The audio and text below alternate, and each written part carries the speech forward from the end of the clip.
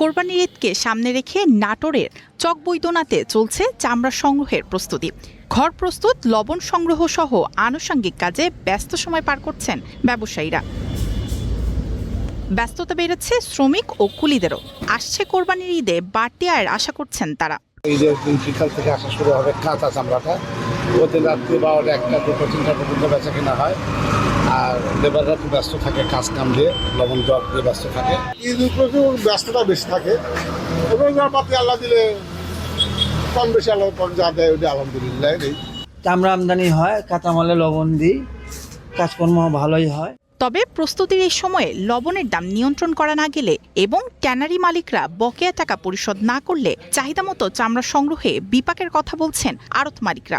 কুরবানির সময় এই এমন একটা লবণের একটা সংকট তৈরি করতে চায় এবং দাম বৃদ্ধি করে, এটা থেকে পরিত্রাণ পেতে চাই আমরা। কিছু ট্যানারিগুলোর কাছে টাকা পাবো, সেই ট্যানারিগুলি টাকা আমাদেরকে দেয় না।